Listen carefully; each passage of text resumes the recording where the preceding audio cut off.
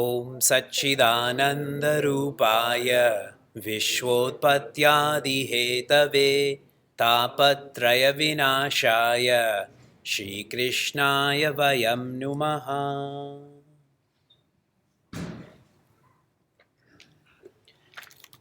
Janmadhyasya yatonvayati tarataschaiteshva bhignaswarat Tene brahma hridaya adi kavaye muhyanti yatsurayaha Tejo vari mridam yatha vinimayo yatra trisargo mrisha Damna svena sada nirasta kuhakam satyam param dhimahi Dharma projita kaitavotra paramo nirmatsaranam satam Vedyam vastavamatra vastu shivadam tapatrayon mulanam Srimad Bhagavate Mahamunikrite kim vaparerishvaraha Sadyo hridyavarudyate trakritibihi shushrushubi tatkshanat. Hari Om and greetings from Niagara Falls.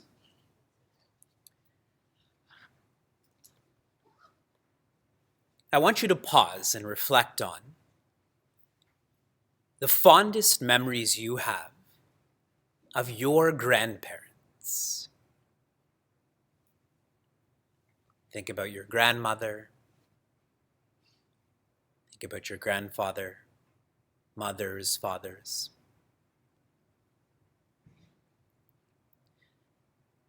Now make this more local. When you go to work, when you go to the library, when you go to a store, and you like someone, what makes you like that cashier or that attendant? In your minds right now, you're thinking about how caring they are, how charismatic they are. But that's not true. What you love and like about a person the most is the life inside of them, the life that is them. Someone who's serving you very well at a restaurant, and then they die. Will you still like that person? Will you still want to be in that experience? You won't. It's the life that you're tuned into because you have that same life. The nature of this life is Sat, Chit, Ananda. Existence, awareness, joy. And this existence, awareness, joy is ever present. We feel we're going to tune into Ananda tomorrow. We feel that the more mindful we become, there'll be more awareness. That existence is in the chair, but not my skin. Satchidananda is ever present. And in fact, only present. Our course is training in seeing that which is unseen. Really, that is the substance of Vedanta, to know that which is inside. Inside you, inside the person across from you, behind you. As we wrap up the 6th skanda, we have Indra, the sura that we can relate to. He's very moody. sometimes up, sometimes down, sometimes arrogant, sometimes humble. And he ignores his guru. And with that, there's outer weakness, there's inner weakness. So who does Indra and the Suras go to? Bhagwan Brahma. Bhagwan Brahma is like the original mediator. When people need counseling, they go to Bhagwan Brahma. And Bhagwan Brahma, he's an awesome manager. He directs the Suras to go to Rishi Vishwarupa. And Rishi Vishwarupa says, if you have the Narayana Kavacha, then no one can stop you. And so he gives Indra the Narayana Kavacha, and the Suras start to defeat the Asuras once again. But now, I told you about Indra, sometimes so grateful, sometimes so ungrateful. He finds out that Rishi Vishwarupa is secretly supporting his mother, who happens to be an Asura. So he never sees that he's supporting his mother. He's focusing on the fact that he's supporting the Asuras. So what does he do? Murders him. And with that, Rishi Vishwarupa's father, who is Twashta, is naturally saddened and angered. And so he creates this yajna from which comes Vritra. Vritra is an asura, an awesome asura, that is born, that is created to destroy Indra. Now Indra and the Suras are running again. This time who did they go to? Bhagwan Brahma couldn't help them fully, so now they go to Bhagwan Vishnu. And Bhagwan Vishnu says, you need to go to someone whose every aspect of them is strong, inside and outside, and that is Rishi Dadichi. You go to Rishi Dadichi and ask him to help. And when they meet Rishi Dadichi, he laughs at them, at how their selfishness is the cause for their lowered status. But he says, you want my body? You take my body. And he gives his bones, and with that, what is formed is the Vajra, the lightning bolt.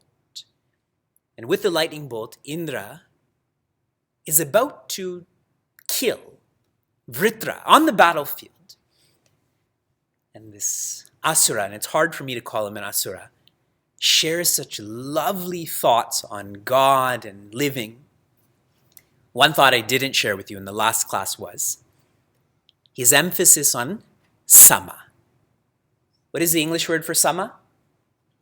Balance, evenness, to be unperturbed. Vritra knows that he's about to be killed. Not even die, he's going to be killed. That's very different. And he's so balanced. And Indra, the one who's going to kill, he's not balanced. It is the Asura who's deeper than the Sura in this lovely scene.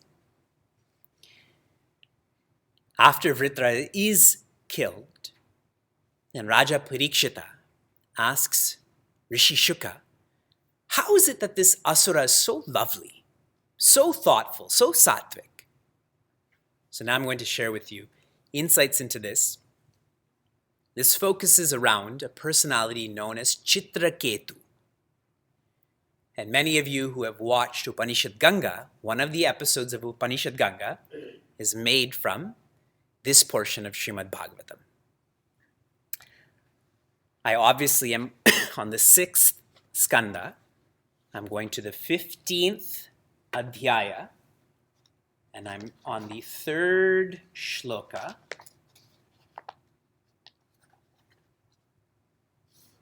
And I'll read line 1 and 2. Rishi Shuka is sharing with Raja Chitraketu a lovely message, and then I'll tell you how this all happened. Yatha prayanti samyanti stotro vegena valukaha samyujjante viyujjante tata kalena dehinaha. He says, just as particles of sand. You can all visualize that in a beach. Particles of sand keep coming together and keep separating with the movement of water. Yes? When there's less water, they're tight. When there's more water, they get split up. He says, so are relationships with the movement of kala.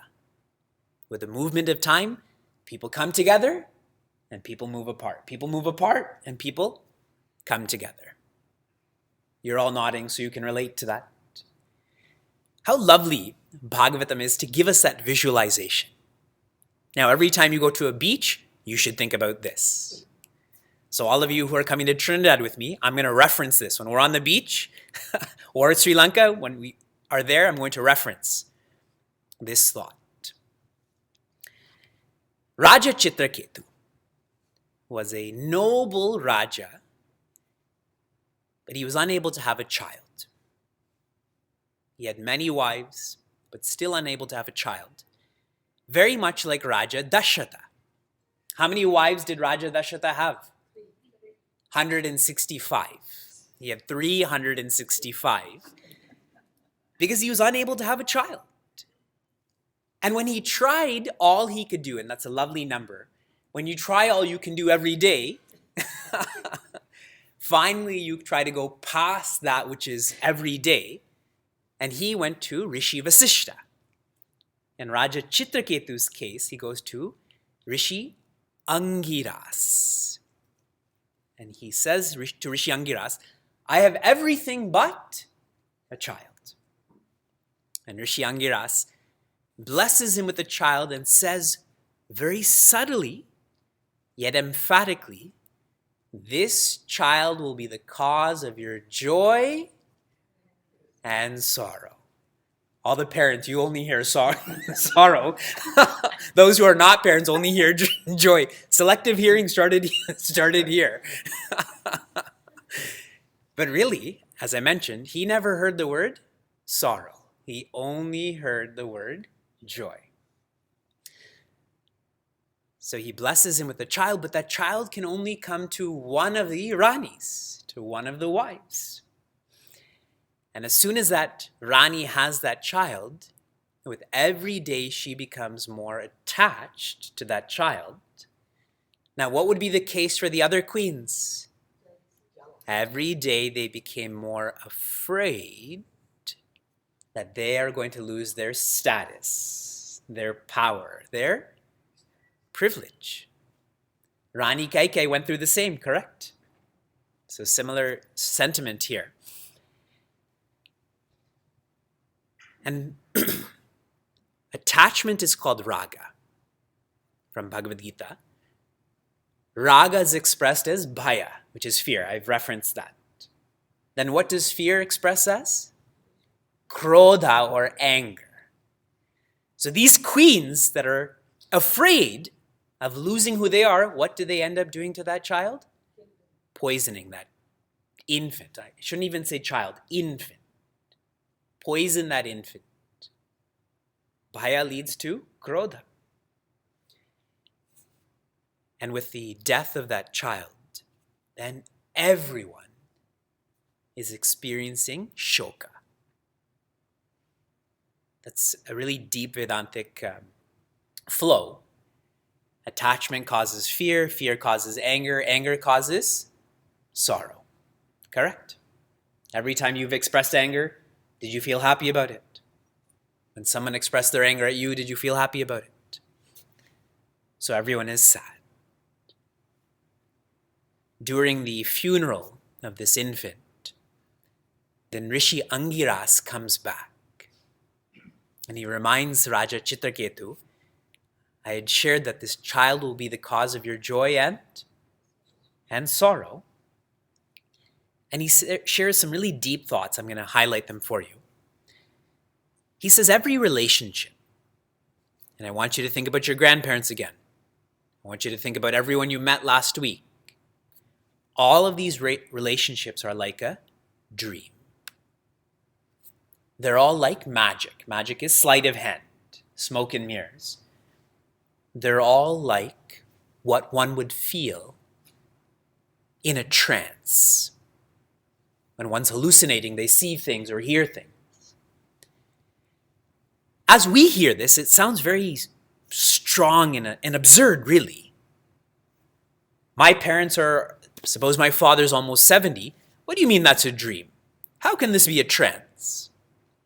He shares, all of these relationships are momentary. Momentary means they came in a moment and they will go in a moment. A moment and time are relative. No? For those of you who love Srimad Bhagavatam, there's not enough minutes in this class. Like for me. For those of you who do not love Bhagavatam, there's too many minutes in this class. For those who live in the northeast of North America, winter is like 12 months of the year, correct? It just goes on and on and on. But for people who like to ski, as an example, it goes away too fast. So that's what Rishi Angiras is sharing, is that you're making that which is relative absolute. And this is what's so cool about Bhagavatam. It's so practical. Every one of us can relate to that, including with the relationship with our own bodies. No? It is momentary. It came in a moment and it will go in a moment. Not only does Rishi Angiras come to the funeral, but Rishi Narada does too. And there's so much sadness in that funeral that Raja Chitraketu forces Rishi Narada to pull out the jiva from that body that is dead. And Rishi Narada, he warns him, are you sure you want me to bring out this jiva? Are you sure you want to interact with this mind, intellect, ego that is going to move on? But in sadness, we agree to everything, yes? So that jiva is pulled out. That's the power of Rishi Narada. And Rishi Narada, on behalf of Raja Chitraketu, says, how come you died? How come you're causing sorrow to your father, to your mothers? And you know what that jiva says? He says, which birth are you talking about? Which father are you talking about? Which mother are you talking about? I keep going from body to body to body like objects for sale. No? If you've bought a used car before, how many people use that car before you? We buy some used clothing for Vyasa and Shuka, say boots, because they grow out of it so fast. How many other kids would have peed in those boots already? And it's such a powerful message that really my mind, intellect, ego is like an object of sale. It just passes from one hand to one hand to one hand. Before credit cards, when we actually used coins and bills to pay for coffee, how many people would have touched that $2 bill or that $1 bill in America? Is it yours? Once that jiva was pulled out and shared the same message as Rishi Angiras, everyone got it. And Rishi Narada told that jiva, continue. And that infant died fully, but so did the sorrow of everyone. The fearful Ranis, the attached Rani, the sorrowful Raja, everyone got over what they were experiencing.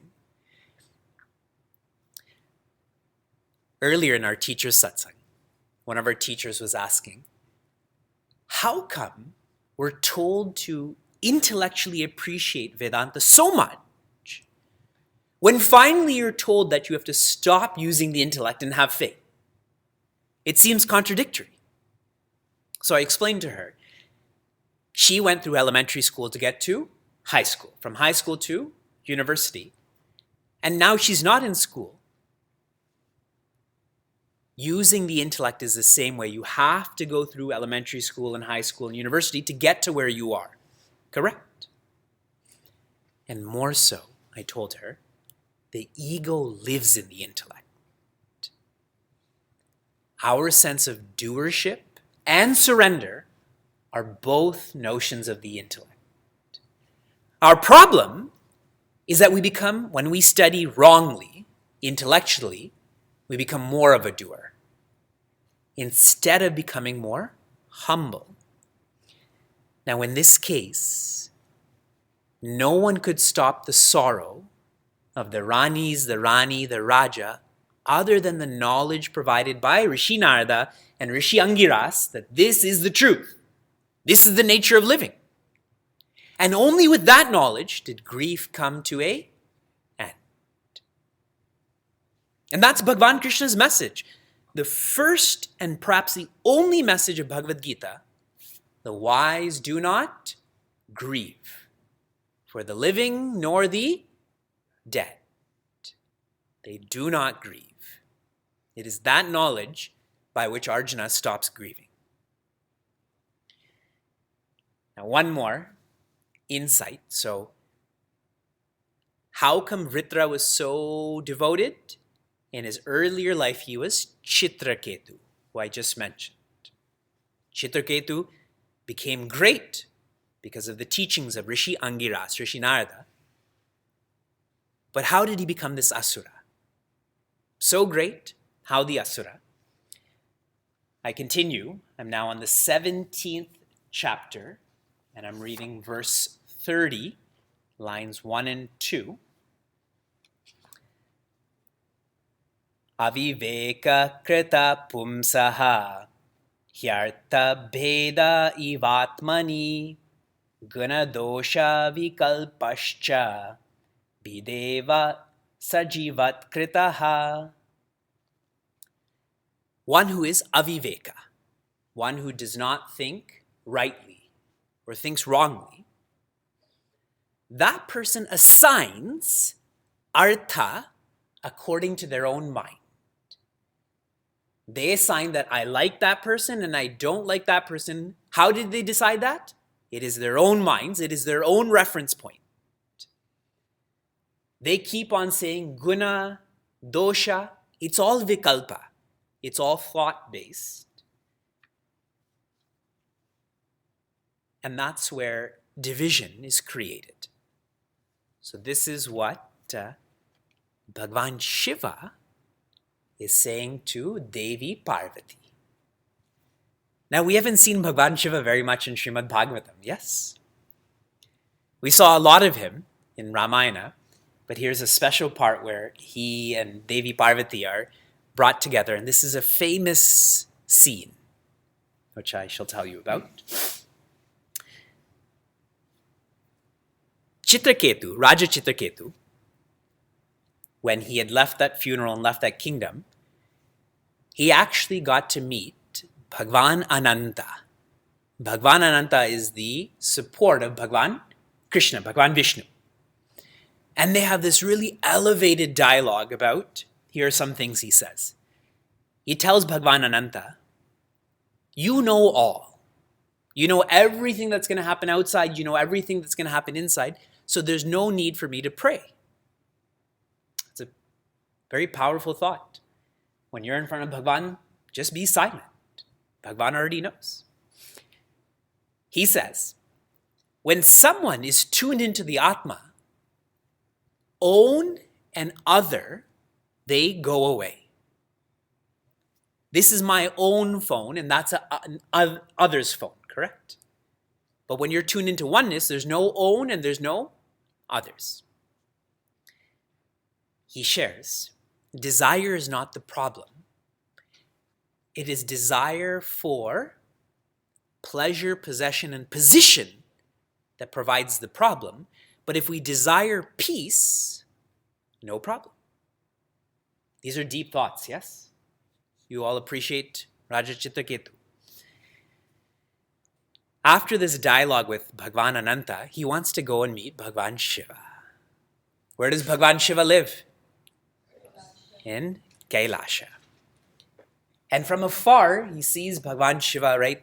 The moon is shining, Mother Ganga is flowing, he's strong, he's radiant. And as he comes closer, he sees Devi Parvati as well. And where is Devi Parvati? Sitting on his lap. Sitting on his left lap. You know, like sometimes you've seen me hold Vyasa or Shuka, right? I don't hold them like this, under their armpits, right? You sit here. and we'll chant our prayers. So he sees Devi Parvati sitting on his left lap, and he smirks to himself. And what he's thinking, he says, even an ordinary spouse does not hold their spouse like this in public. Extraordinary people would never do that out of politeness, correct? For etiquette. Right? If I want to hold Sheila's hand or hug her, I'm not going to do it in front of Bhagwan, right? Just out of etiquette. Infants are quite different. Who is this Bhagwan Shiva who is supposed to be the Dhyaksha, the teacher of Dharma, when he himself doesn't know Dharma? He's saying this in this assembly with all of these Bhagwans and Rishis and so on. And what does Bhagwan Shiva do? Smiles. You wanted me to say he ripped out one of his hairs and Rudra came out. None of that happened. He simply smiled. But Devi Parvati, she couldn't handle this. And there's a lovely insight there. When someone insults Bhagwan, what does Bhagwan do? Nothing. When someone insults Bhagwan, what does a bhakta do? They're not happy about that. So she starts ripping into Chitraketu. Do you know whom you're addressing here? Do you think Bhagwan Shiva feels there's a difference between Devi and Deva? Do you think that there's Dvaita? And I was going through the English writing also, and I highlighted here, who are you, small fry? That was one of the descriptions was, you're just a small fry compared to Bhagwan Shiva. Reading the English is quite entertaining. So she says all of this. And Devi Parvati curses him, saying, you're thinking like an asura, you're speaking like an asura, may you become a asura. And so Chitraketu became Vritra. Now you have that Genesis.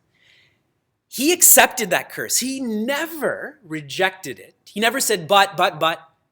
We have that habit, isn't it? He never said, but. He simply said, I'm sorry for causing you agitation. And he left. He became an asura. When he left, then Bhagwan Shiva started to pacify Devi Parvati because she was so enraged. And he shared the greatness of Raja Chitraketu. He said to her, did you notice how he never asked for you to take that curse back? Did you notice that he was actually more concerned for you than for himself? That is the greatness of Raja Chitraketu. What Swami Tejomayananda had shared about this scene, he says a public life and a private life are only for those who are oriented towards Dvaita, or duality or separation, isn't it? But for someone who only feels oneness, there is no public life, there is no private life. It's like some of your kids. If you're on Facebook and they're on Facebook, or you're on Instagram and they're on Instagram, they have public settings and they have private settings. You only have restricted access to their accounts. I know. They only want you to see them studying and being in satsang. That's not the truth. They also have their own private life because they're Dvaiti. They're Dvaiti when it comes to you and them. But for you, see, you believe more in that oneness. You only have that one Facebook account because you don't know that you can have two. So technologically, we're not that intelligent. But more so, you have nothing to hide from your kids, isn't it? That is sort of the immaturity of our kids. I've reflected on this a lot. That's a fine raw for all of you. How great of a gap is there between your public life and your private life? And the less of a gap it is, the more you're tuned into Advaita, like Bhagwan Shiva. And one more thought here. You see how Raja Chitraketu, how judgmental he was, just by seeing Bhagwan Shiva and Devi Parvati. But Bhagwan Shiva never judged him. Even for those judgmental words, he never judged him back. There's a fine message there. We shouldn't judge others' evolution based on what we see. You may see a rajas, you may see it, but that just may be an expression of their personality in that environment when they're highly sattvic. In the same way, if you study Bhajagovindam, how Acharya Shankara rips into those who have pulled out all of their hair, or who only wear a certain color of clothing, saying, outwardly they're like that, but you don't know what they're like inwardly. Bhagwan Shiva and Devi Parvati are ideal icons for householders. This skanda is completed with a lot of details about the children of Aditi and Diti. And lots of details. And these details are elaborated upon in further skandas. Children like Varuna, who gave birth to Rishi Vasishta. Children like Bhagwan Vamana, who addressed Mahabali's ego. So that will come further in this Bhagavatam. Iti shashtaha skandaha samaptaha Hari Om Tat Sat. Oh.